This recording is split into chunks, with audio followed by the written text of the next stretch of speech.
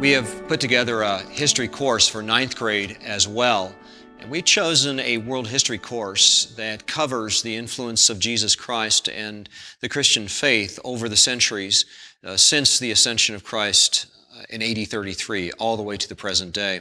And we assembled this world history course around the most important elements of Christ's influence around the world. And this was so crucial for a world history course.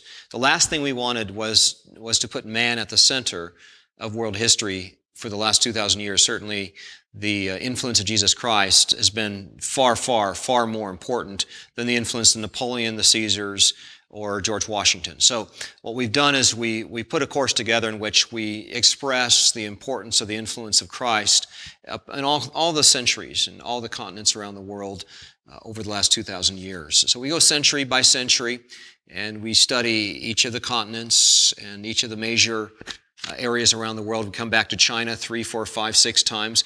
We do give the secular history element some coverage, but most of it is the influence of Christian missionaries and the Christian church in these various areas around the world. We want students to know that that was Christ that impacted history more than anybody else, and so our worldview certainly affects the way that we teach world history. Please, we plead with you not to give your children a secular history that emphasizes the work of Napoleon over the work of Jesus Christ.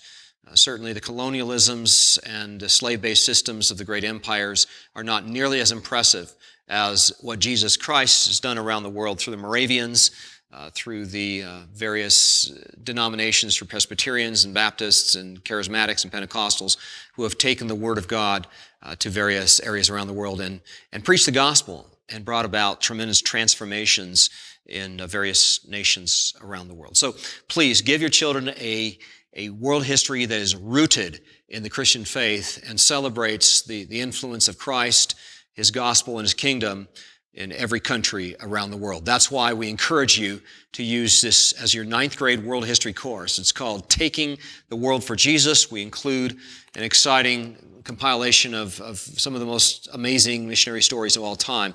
It's called Missionary Heroism. So we include this in one course and provide a teacher guide, which has plenty of maps and questions and answers and tests and so forth to be sure your children are fully understanding the influence of Christ and the locations of His ministries around the world.